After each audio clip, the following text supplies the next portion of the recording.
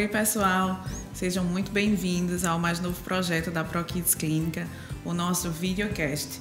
Então, o objetivo é trazer para vocês informações baseadas em evidência científica de uma forma clara e acessível.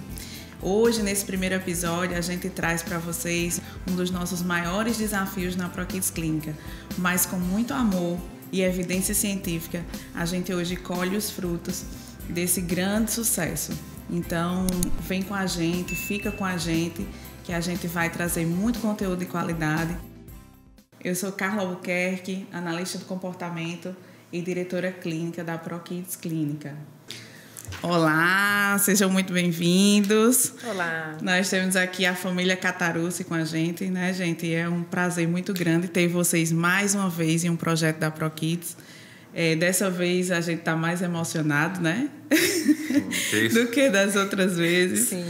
Mas eu não poderia deixar de vocês serem os primeiros, porque, como a gente falou lá, vocês foram realmente, as nossas meninas, foram um verdadeiro desafio, né? Que nós, da ProKids, abraçamos junto com nossas profissionais.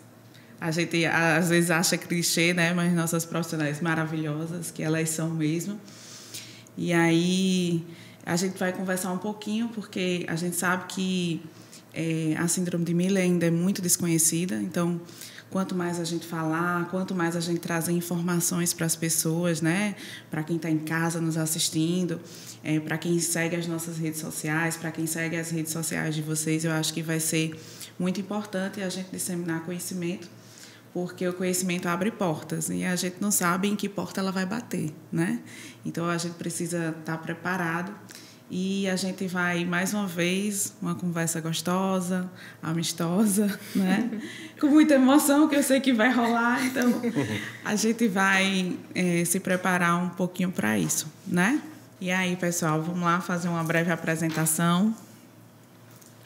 Bom, Carla, primeiramente, muito obrigado por mais essa oportunidade da gente estar participando de mais um projeto seu da clínica, né?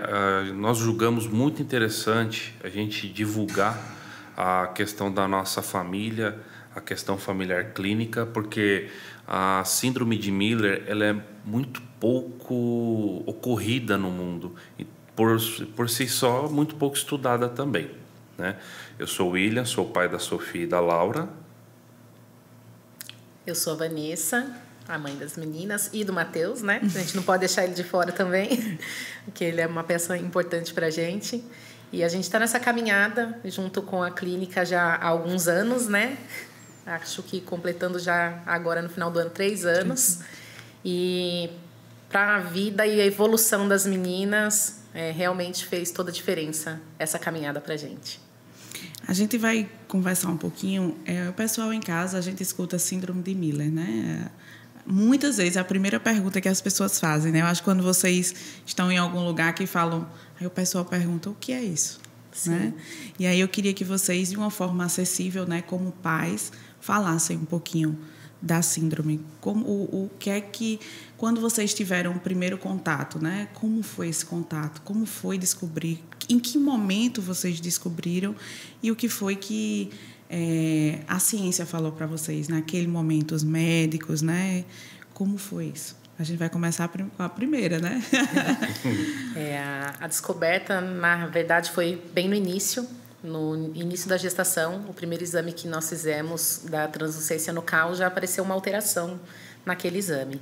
E dali para frente foi quando a gente começou a ver que existia alguma alteração e dali a gente começou a traçar novas investigações. De início a gente não sabia que era síndrome de Miller, que, como foi dito, é uma síndrome muito pouco estudada, né?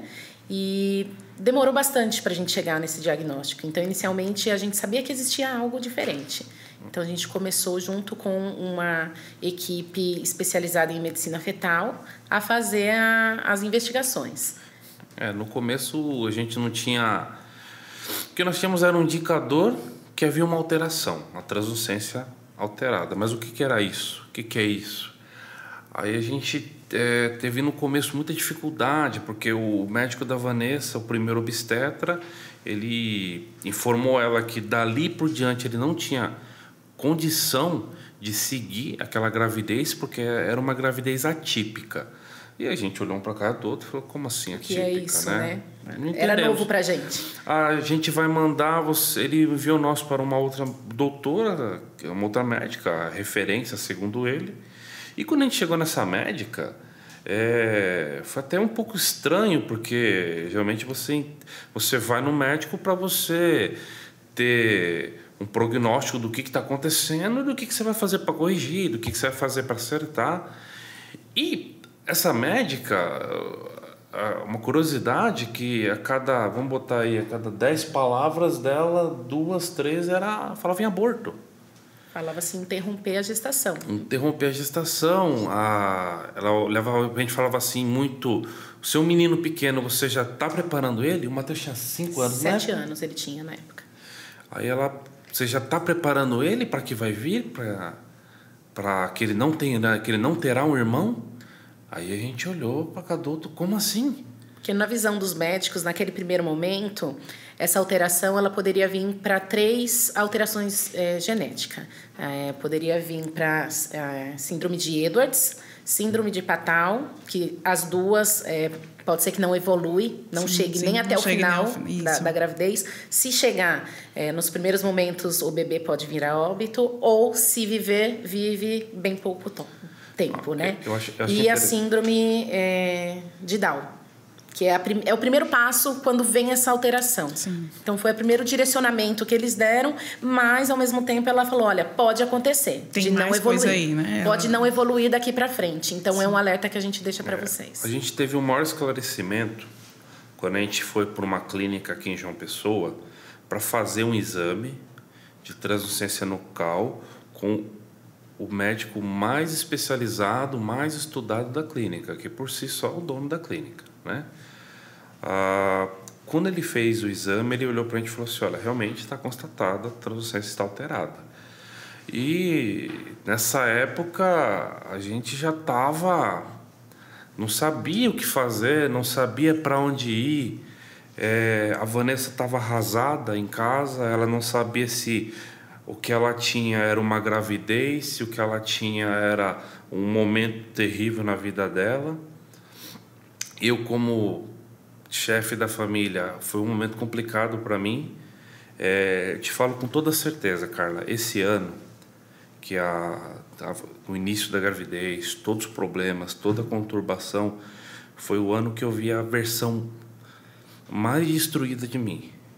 A versão que eu estava no chão, no fundo, eu não via saída, não via fundo. Mas também foi um ano que eu descobri que eu podia ser muito mais forte do que eu esperava, né?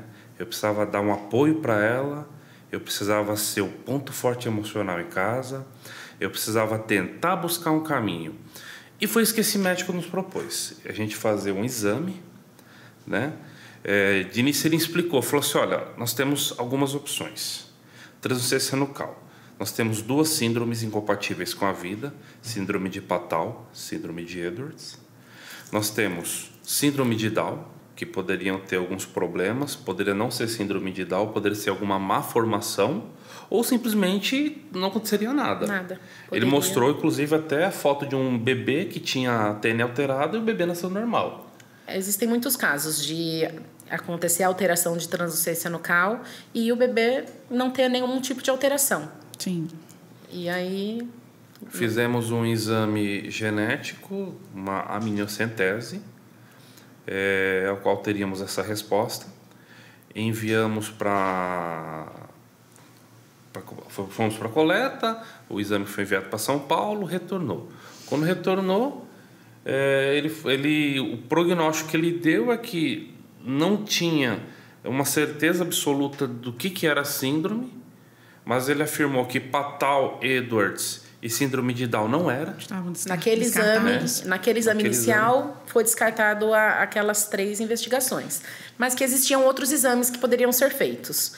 E aí a gente parou naquele momento e pensou um pouco, falou, doutor, vai mudar alguma coisa na gestação a gente fazer? Porque são exames caros de ser feito. A gente já tinha gastado um dinheiro que a gente não queria ter gastado com exames, que era para ser destinado às coisinhas dela. E aí eu falei para o William, vai mudar alguma coisa? A gente conversou com o doutor e falou, olha, não há nada que possa ser feito durante a gestação, é para vocês se prepararem. E aí, dali para frente, a gente falou, não, então a gente não vai fazer mais nenhum tipo de rastreio invasivo, porque corria o risco de esse exame prejudicar no desenvolvimento, né? E vir um aborto depois desse exame. Então, a gente não fez mais nenhum exame. E aí vocês, né, tiveram essa confirmação que não seriam essas outras 3 síndromes e decidiram seguir. Seguimos com um médico, depois de 7 médicos que a gente passou. O 7º médico foi, depois inclusive desse exame, eu sentia muita dor na barriga, onde tinha sido feita a introdução da agulha, então eu fui para o pronto-socorro. E no pronto-socorro eu conheci um médico.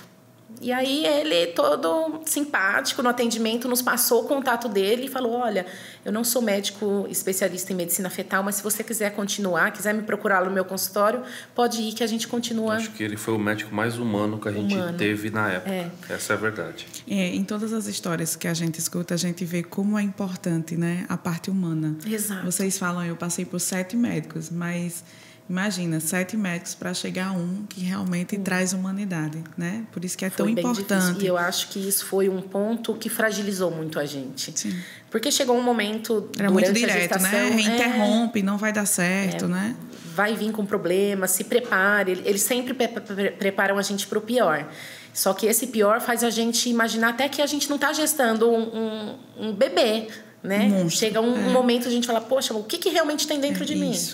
E aí é o que passa na cabeça. Então, foi uma desestabilidade total durante a gestação. E fora, Vanessa, que nessa fase é a fase que a mulher ela tá muito vulnerável, né? Muito a gente, frágil, eu sou mãe também, então na parte da gestação a gente tá muito vulnerável. E aí a gente receber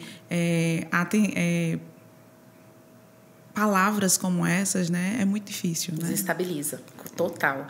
Eu sei que aí a gente foi ainda um pouco resistente, mas 15 dias depois a gente foi até o consultório dele e a gente seguiu o restante do pré-natal com ele. Foi feito um acompanhamento mais de perto naquele primeiro momento. Sim. Então, a gente passava com um cardiologista, porque ela já apresentava batimentos cardíacos mais altos do que o normal. E aí a gente foi fazendo mais ultrassom do que deveria, para ver se realmente estava desenvolvendo. Foram feitos 17 ultrassons. 17 ultrassons a gente fez durante a gestação. E a gente fez porque a gente estava investigando, a gente estava caçando o problema. De início, encontramos uma comunicação atrial.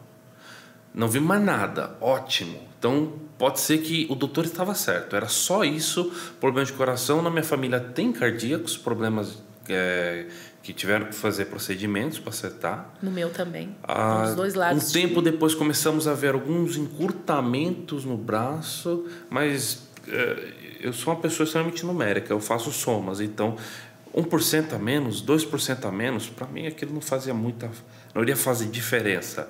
A doutora olha, vou ser bem sincero com vocês, o que está no ultrassom não é 100% que a gente consegue ver. Fomos investigar dedos, mãos, pés. Nós temos um ultrassom. As meninas hoje elas têm 4 dedos nas mãos, que é uma característica da síndrome. Eu tenho uma foto do ultrassom com 6 dedos. Uma das informações na gestação, a gente foi acompanhando. Então, quando chegou com 24 semanas que a gente fez o segundo morfológico, foi quando apresentou o segundo marcador, que foi o encurtamento dos bracinhos. E sempre fechadinho na mesma posição. No momento lá, a médica conseguiu pegar a mãozinha da Sofia aberta. E aí no ultrassom saiu com 6 dedinhos. Aí ela falou, olha, então tá aparecendo respostas para aquela primeira alteração no exame. Aí, vocês passaram por tudo isso, vários médicos, várias ultrassons, várias investigações. E aí a gente tem que... Nasce a Sofia, né? Como foi o nascimento da Sofia? Assim, vocês enfrentaram, foram contra muitos médicos, não interromperam a gestação. E como foi esse processo, o nascimento da Sofia? Acho que no parto quem mais sofreu fui eu. Dessa parte acho que quem mais teve consciência do que aconteceu ali naquele momento foi realmente com ele. Que a Vanessa ela estava na cama, eu acompanhei o parto. Quando nasceu, eu já notei um chorinho bem fraquinho. Ali o coração já dispara, né? Aí eu fui com a câmera, aquela foto que todo mundo bate, do criança no peso, tudo. Aí a hora que eu botei a câmera, que eu olhei a Sophie, ali eu entrei em curto. Ali eu olhei o rosto um pouco deformado, eu não sabia se era por causa do nascimento, inchado. Aí eu contei os dedinhos da mão. 1, 2, 3, 4. Contar de novo. 1, 2, 4. Aí eu olhei para a doutora, falei, a doutora, no caso a pediatra, que estava acompanhando o parto, outro anjo na nossa vida. Falei para ela, doutora, vem cá comigo aqui, me ajuda aqui a contar. Ela olhou para mim e falou, são 4 dedos, nas mãos, nos pés, o ouvido, o nariz, a boca, está tudo anormal. Eu preciso dela agora para imediatamente ir para a UTI neonatal. Eu não consegui tirar foto. Eu travei, eu entrei em curto. É como se toda aquela esperança que eu agarrei tivesse mais uma vez sido sugada de mim. Uma coisa que eu não tinha como controlar. Só tinha que simplesmente abaixar a cabeça e suportar tudo que viesse. Voltei para a Vanessa, falou, olha, tá tudo bem, tá tudo ok. A menina foi para a UTI, daqui a pouco você vai pro quarto e a gente vai visitar ela. Mas não contei para a Vanessa do que eu vi. Não tive coragem. E daí para frente eu acredito que depois do nascimento foi só lutas, né? Porque foi para a UTI, passou quanto tempo na UTI? 45 dias. Após isso, foi para casa, mas teve que ter todo o acompanhamento, não é isso? Teve todo um... Na UTI a gente teve muitos momentos de... Foi uma montanha-russa, a UTI. Aqueles altos e baixos de qualquer bebezinho, né? Quem nasce com as alterações. Chegou até um ponto de... A doutora, coordenadora da UTI, chegou e falou, Vanessa, faz o batismo, que a gente não garante que a Sophie passa de hoje. Ela falou com o padre, me deu o telefone do quando padre. Quando a gente chegou na UTI, ela já tinha acertado tudo para fazer. Aí eu virei pra ela e falei, só não. você ligar e falar a hora que você vai estar aqui, que ele vai estar aqui já te esperando. Eu falei, não, a gente não vai fazer não. A Sophie vai ser batizada fora daqui do hospital. E eu tinha algo dentro de mim que dizia que ela conseguiria passar por tudo aquilo, que ia ser só um desafio duro de passar, mas que ela passaria. E isso é tão importante a gente estar falando sobre isso, porque quantas famílias que estão nos escutando estão passando por isso agora. Né? Sim, teve uma hora que a médica, a coordenadora falou assim pra gente, olha, o que tinha que fazer por ela já foi feito, ela vai ter que reagir, senão não há mais nada o que fazer. Esse é o momento que vocês vão segurar uma mão na mão da Sophie e uma mão na mão de Deus. Orem, porque agora é Deus quem vai fazer com que ela evolua e traga bons resultados, né, daqui para frente. Inclusive, ela até permitiu que a gente fizesse fotografias da menina lá na sala. Eles realmente desacreditaram que naquele momento a Sophie passaria. Ela rompeu todos os protocolos dentro do hospital, protocolo, acredito até que ético mesmo, e foi mais um médico que o lado humano dele fez toda a diferença pra gente. A gente sempre teve muitos anjos, desde a gestação. Né? Sempre. Deus, ele sempre vem colocando as pessoas certas na hora certa no caminho da gente. E isso foi fazendo diferença. Porque a luz da Sophie começou a brilhar ali. Foi quando a gente... Naquele momento que ela falou, olha, agora é ela que tem que reagir e vocês pegaram na mão dela e na mão de Deus. E aí a gente falou, não, a luz dela vai brilhar e ela vai ser a diferença. Ela vai... E a gente, nesse bate-papo, eu estou lembrando de várias mães, né? Que hoje o ProKids atende várias mães. Então, como a gente sempre fala que diagnóstico não é sentença, né? Vocês tinham um diagnóstico aí totalmente contra, né? De médicos, de especialistas, e vocês confiaram na filha de vocês, em Deus, né, primeiramente, e na filha de vocês. Então, o quanto é importante a gente não se pegar a diagnósticos, né, gente? Exato. A gente não se pegar ao erro. Tudo é erro. A gente pensar sempre no negativo, a gente pensar sempre que vai dar certo, né? Eu acho que o primeiro passo para qualquer tipo de tratamento, qualquer evolução dar certo, é a gente acreditar. Né? É isso que a gente luta na ProKids, para trazer para os pais essa visão. Eu acho isso fantástico, porque é o que a gente joga para o universo. Né? E o caminho ele é desafiador, mas é muito bom quando a gente vê o resultado. Nosso período de UTI com a Sophie teve casos de bebês largados no hospital. por conta de alguma alteração. E hoje eu conheço casos de mãe por adoção que não conseguiam ter filhos e adotaram crianças especiais, e a criança hoje é totalmente diferente daquilo que a mãe pegou dentro de uma UTI tracostomizada, e hoje a criança sem tracostomia. Então é muito gostoso de ver essa evolução da criança. Eu acho que é a parte principal de qualquer tratamento, né? O amor. Muito. É a base. Essa é o tempero. O amor, Esse né? é o tempero. Se não tiver amor, se não tiver confiança. O salzinho. A mágica. A mágica. O amor, né? É. O amor. Aí, tanto que a Sofia ela foi para casa, a gente teve que montar uma UTI em casa, né? O quarto dela tinha sido todo planejado, a gente mudou tudo.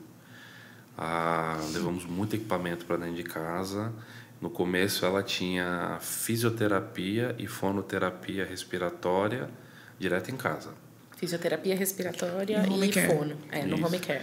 Mas foi por um tempo, não tivemos muito tempo, porque logo que após um período o nosso convênio ele nos informou que o home care seria suspenso, porque a Sofia ela já tinha condição de poder sair de casa para um tratamento fora. E aí vem aquele medo, né? Igual o mito da caverna, né?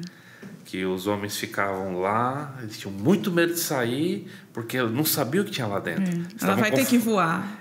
Estavam conformados. E é o que você Eles alegavam que era para a própria evolução dela, essa questão de sair do atendimento domiciliar e ir para a clínica. Falou, lá na clínica ela vai ter mais equipamentos, mais profissionais capacitados para conseguir fazer com que ela cresça e evolua nesses pontos que ela precisa. E aí a gente conseguiu segurar um pouquinho ainda, por um tempo. A gente foi 100% relutante. Não vamos sair da casa, não vamos para a clínica nenhuma. A gente sempre brigou muito. A gente não vai sair de casa. Brigamos. Aí uma terapeuta dela, eu não lembro agora se era físio ou fono, falou, olha, tem uma clínica nova na cidade? Tem uma observação, um pouquinho antes de chegar nesse ponto. Vai. A gente fazia os acompanhamentos em casa e chegou o momento que eles queriam mandar ela para a clínica, para o atendimento clínico. Aí a gente relutou e conseguiu ficar mais um período com ela em casa. Nesse período eu engravidei de novo. Quando chegou a Laurinha. E foi repetido, né, toda a história, tudo que a gente tinha vivido com a Sofia, a gente viveu novamente com a Laura, desde a gestação, marcadores alterados. Só que como a gente já tinha a vivência da Sofia... Foi mais leve. A gente optou por não fazer... A gente optou por ser mais leve, porque na primeira ultrassom, a gente fez com a mesma médica da Sofia. E já deu alteração. Quando ela passou pela alteração, ela já viu que estava alterada, ela passou reta, mas a gente já tinha visto. E ela conversando e tentando melhorar o clima, que ela viu que o clima ficou pesado na hora. Eu falei para a doutora, né? Não vou falar o nome dela aqui. Volta na translucência, que a gente já viu que está alterado. Ela voltou. Mesma alteração da Sofia. Aquela hora ali dentro... E a gente tem que deixar claro, né, para os nossos telespectadores que as meninas são as únicas no Brasil. As únicas. As únicas do Brasil, e aconteceu 2 vezes. Duas vezes.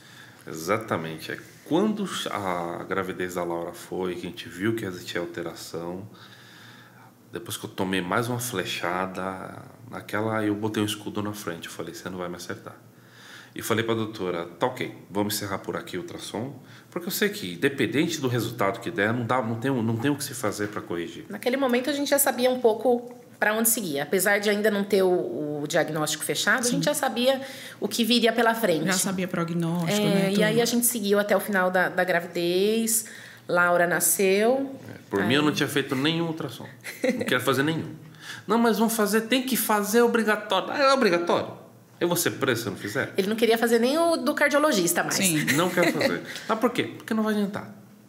Eu quero curtir a gravidez. Eu quero curtir esse momento. Deixa sofrer quando vir. É igual fatura de cartão de crédito. Deixa sofrer quando vir. A gente conseguiu seguir mais leve na segunda gestação. Aí no nascimento veio as alterações também. Sim, e uma nova bebê. Então, nesse momento foi que vocês optaram de levar a Sofia para a clínica, não é isso? Aí foi nesse momento que a gente falou, bom, agora a gente tem a Laura, Ainda ficamos por algum período em casa. 6 meses a gente ficou em atendimento domiciliar. Eles seguraram por conta de ser as duas com síndrome rara. Então, a gente ficou em casa. Mas chegou o momento que precisava.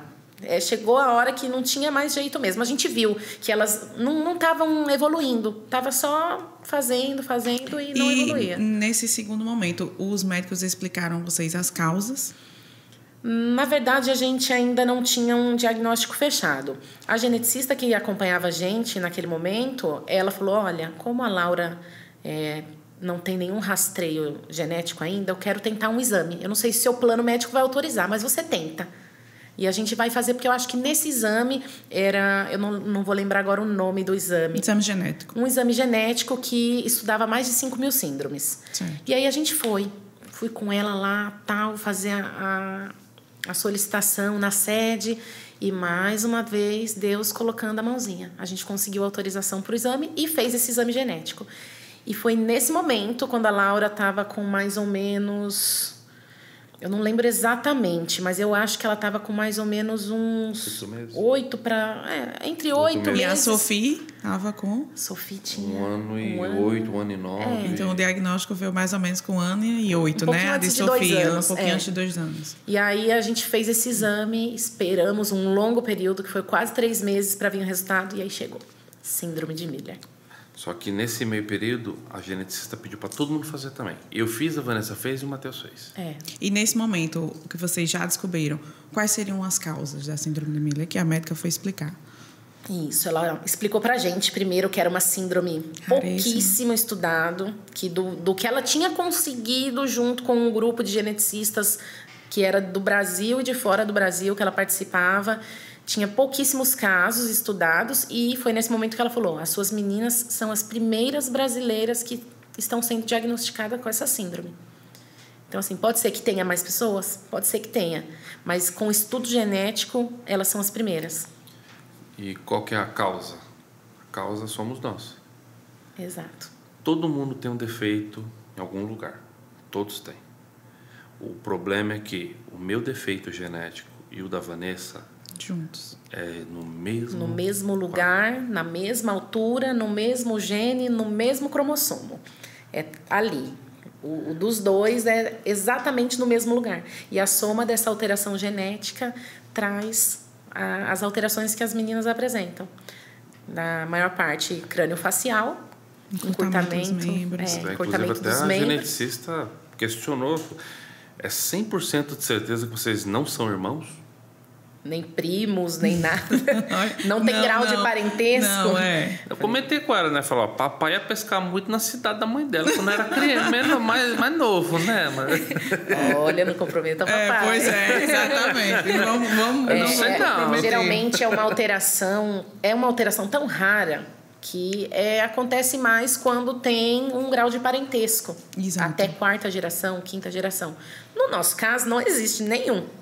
Nem lá longe. Por isso se torna mais rara ainda. E aí, gente, depois do diagnóstico, né? A gente já tem acesso, vocês chegaram, né? Até a ProKids. Por indicação de uma terapeuta. Eu procurando, né? Eu saí por João Pessoa conhecendo clínicas, porque até então era novidade para mim. Eu nem sabia várias especialidades de dentro da clínica, nem sabia que existia. Eu era totalmente leiga no assunto.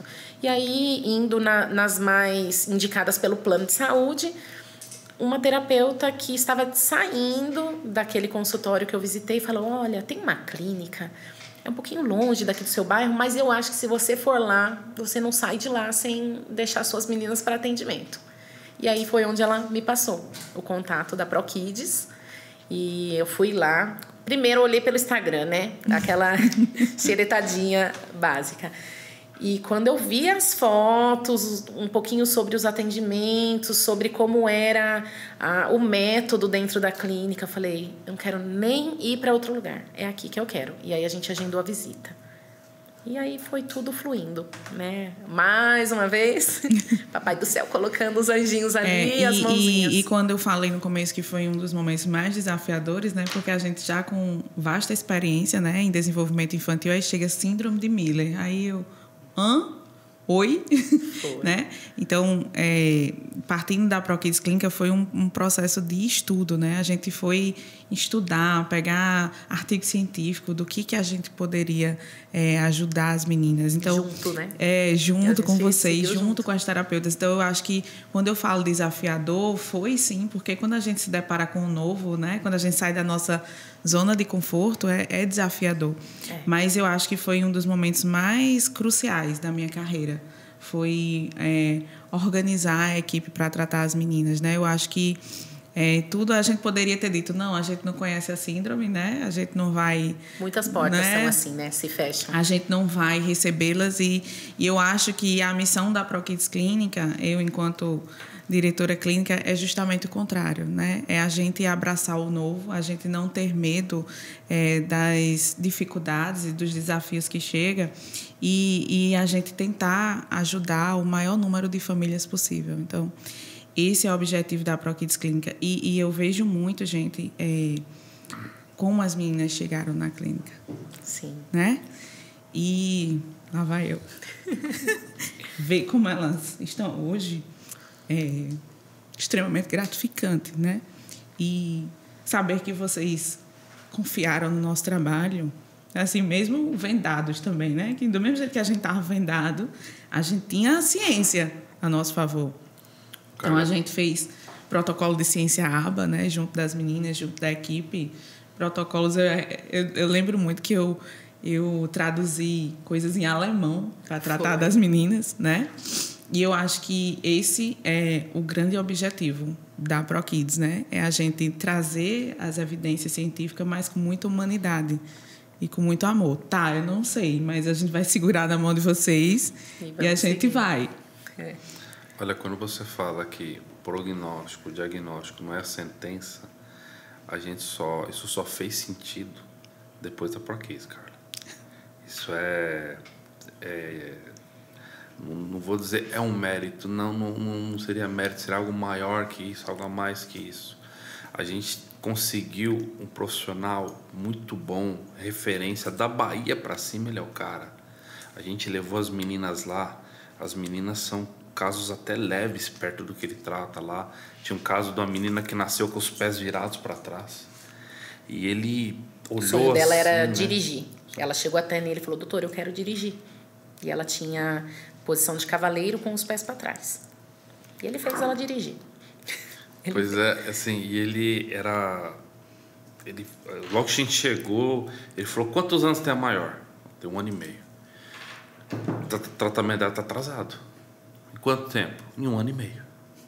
Eu falei, ou seja, passou muita órtese pra gente fazer, passou N exercícios, A hora que a gente olhou aquilo tudo, eu falei, meu Deus, será que essa clínica ProKids vai atender a gente? Porque o que acontece? Nós não somos da cidade, nós somos de outro estado. Não conhecemos tão bem aqui. Será que a gente vai conseguir tratar nossas filhas aqui ou vamos ter que ir para o centro do mundo, para o centro do país?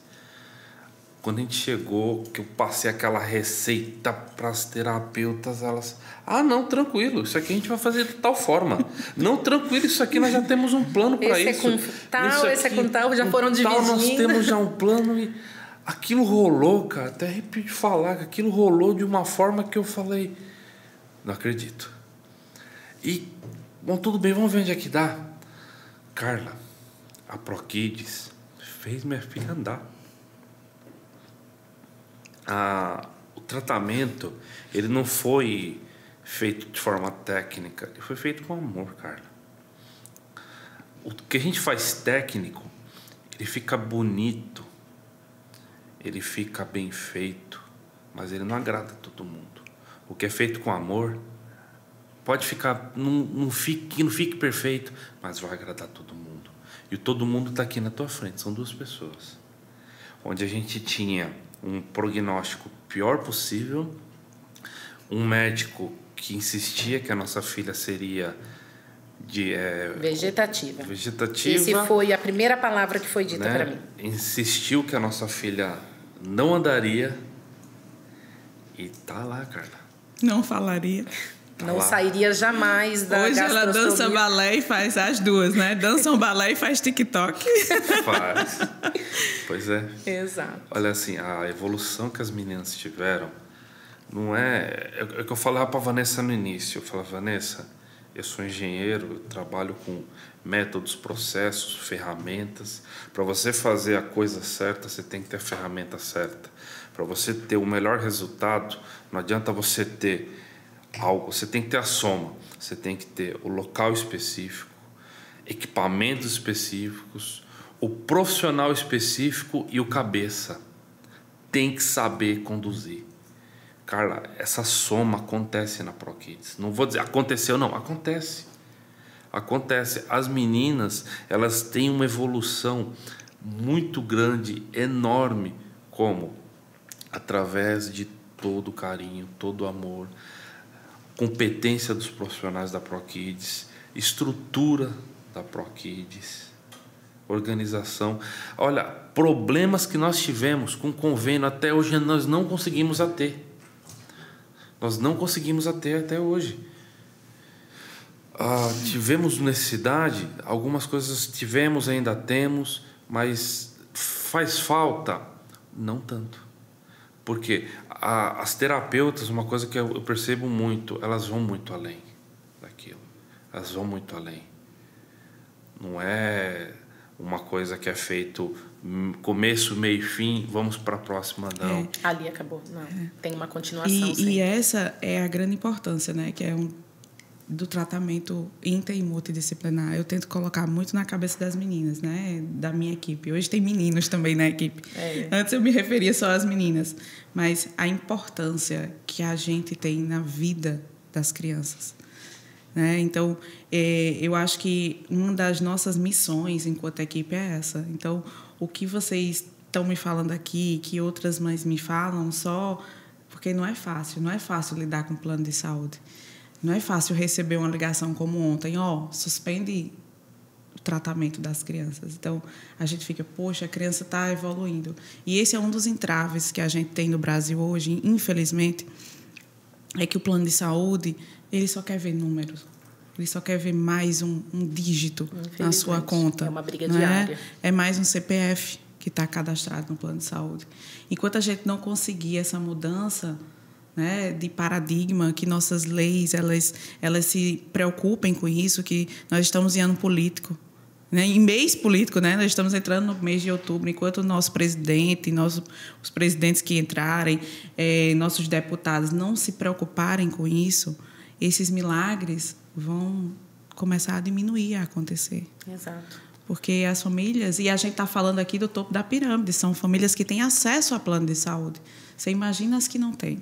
Então, isso é um problema social terrível do nosso país, que a gente tem que combater para que lutar, né? Vocês como pais, a gente como instituições, né? Que também a gente faz um trabalho social muito sério na ProKids, e a gente entender o quanto o trabalho e o tratamento faz a diferença. Então, mostrar para os planos, mostrar para os gestores que não é só eles gastarem dinheiro, eles estão mudando a qualidade de vida de uma pessoa. Não só a qualidade, mas salvando vidas, né? Existem muitos casos de síndromes bem mais complicadas do que das meninas que, se não tem o acesso correto do tratamento, o suporte correto, ela não evolui, né? É interrompido. E acontece muito, a gente tem muitos casos ainda, né? Então, fica o alerta, né, gente? Esses depoimentos tão lindos que a gente teve hoje, mas eu acho que a gente pode trazer essa evolução, trazer esse milagre, né, que aconteceu aos nossos olhos, junto com muita evidência científica, né, com um trabalho feito com muito amor, mas com evidência científica, mas a gente fica o alerta e o pedido, né, para que os planos de saúde comecem a olhar para as nossas crianças, para os nossos adolescentes que precisam de suporte, não como mais um número, mas como pessoas.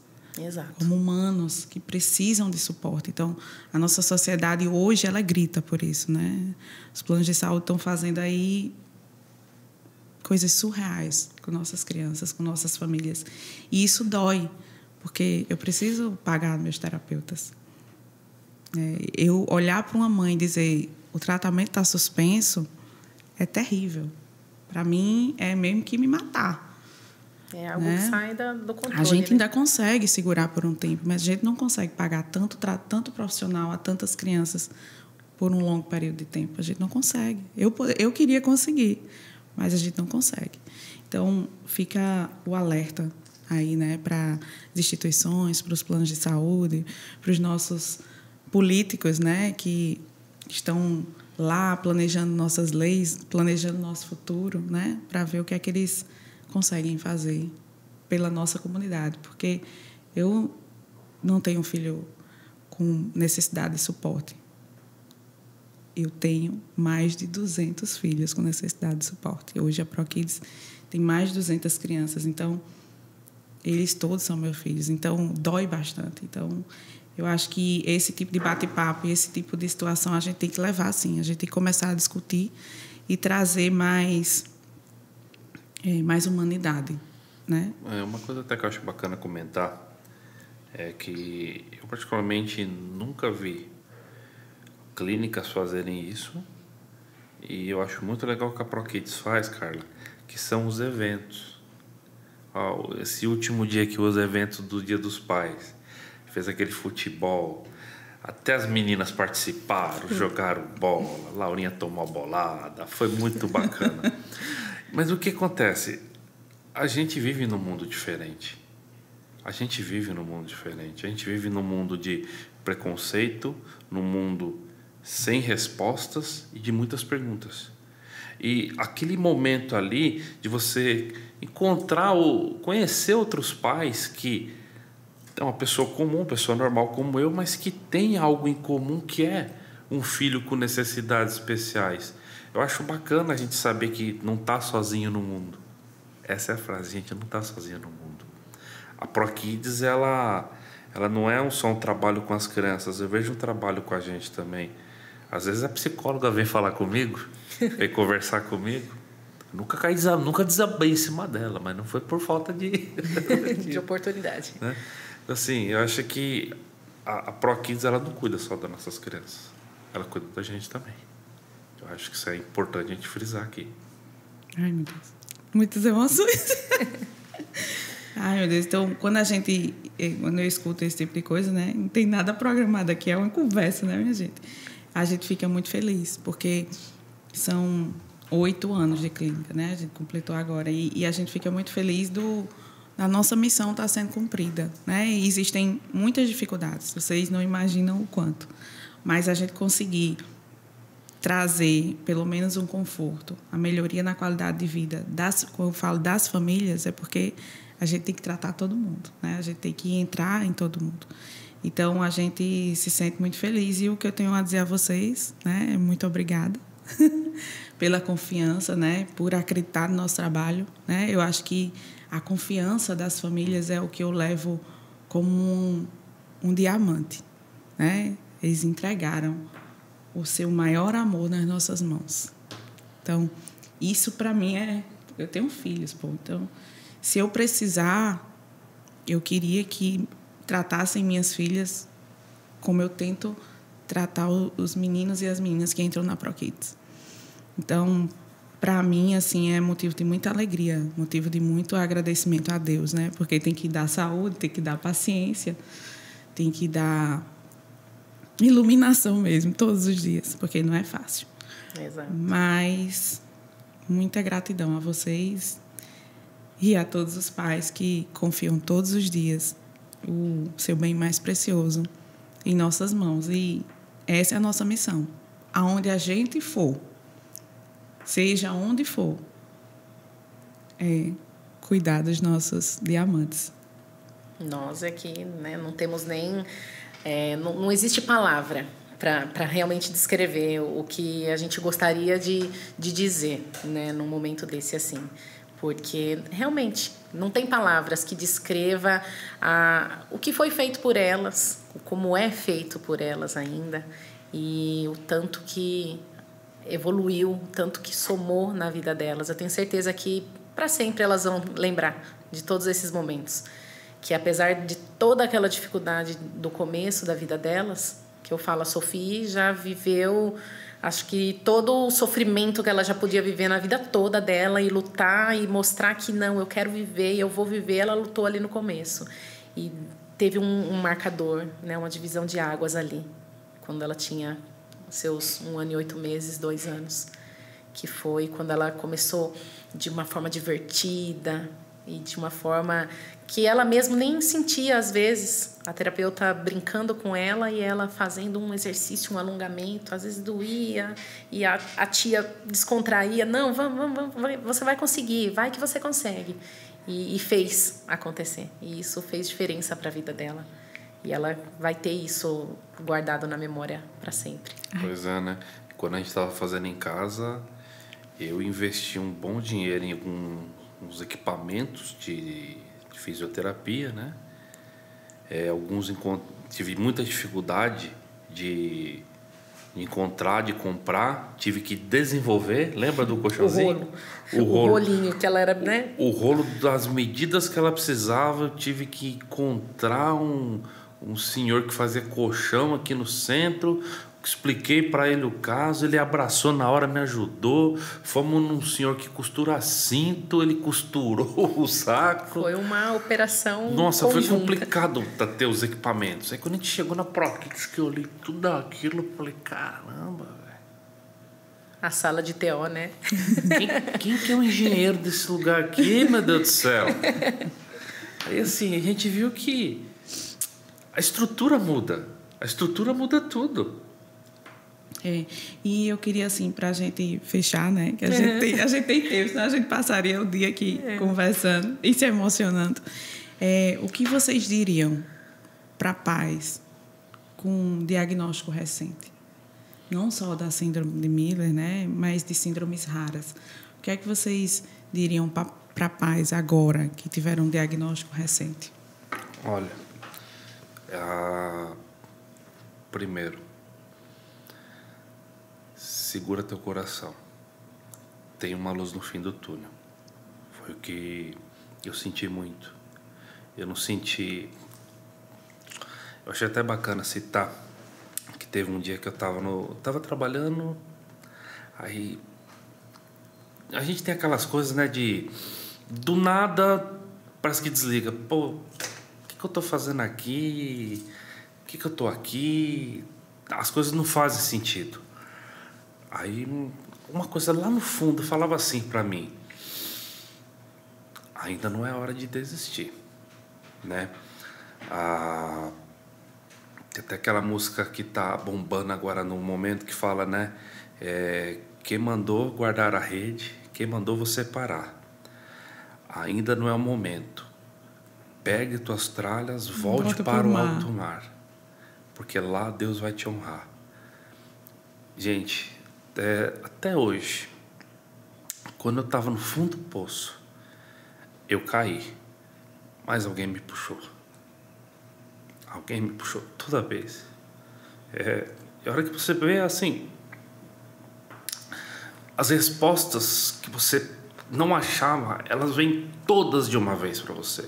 Elas vêm na sua cabeça todas de uma vez. Inclusive te vem criatividade para você bolar um esquema, bolar um plano de como aquilo vai dar certo, como aquilo vai fazer. E assim, você que está no fundo do poço hoje, você que está debilitado, o que eu posso falar para você? Tenha coragem de levantar a tua cabeça, ouve, faça silêncio, aprenda que o silêncio é necessário. Fale com Deus. Não peça a Ele para te tirar daquele momento que não é esse o papel dele. Peça a Ele: me ajude a encontrar o caminho. Aponta a porta que eu vou entrar, metendo o pé nela e vou entrar. Vai dar certo. Confia que vai dar certo. Vanessa?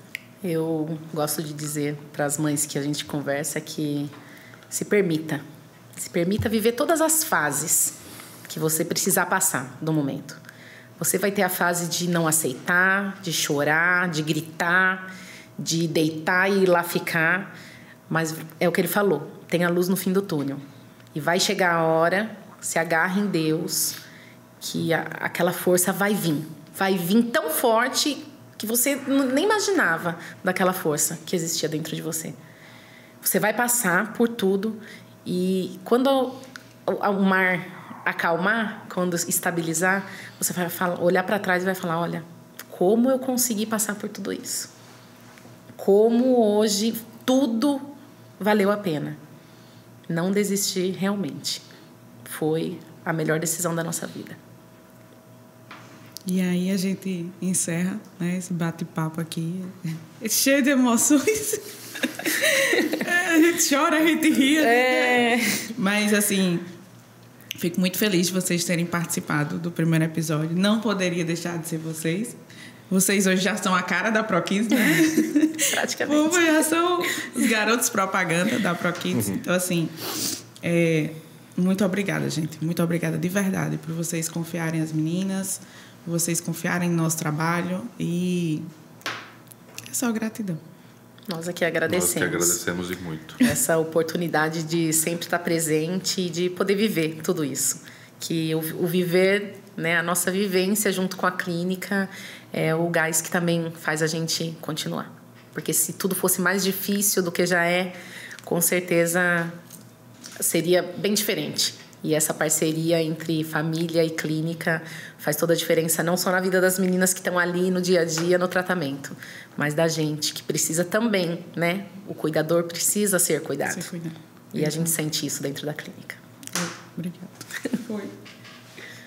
E aí, a gente termina esse primeiro episódio com muita emoção, com muito amor. Sempre que a gente se propõe a fazer alguma coisa, não ia ser diferente com o nosso primeiro videocast, com o nosso primeiro episódio. Então, eu conto com vocês para se inscreverem lá no canal da ProKids Clínica, seguir o nosso Instagram, porque a gente vai trazer cá, todos os meses, a gente vai trazer um convidado especial, uma pauta especial, para que vocês tenham acesso à evidência científica de forma acessível, de forma amorosa, como a gente vem fazendo nesses longos 8 anos, com histórias tão lindas de superação, de amor, de conhecimento. Então, é para isso que a gente está aqui.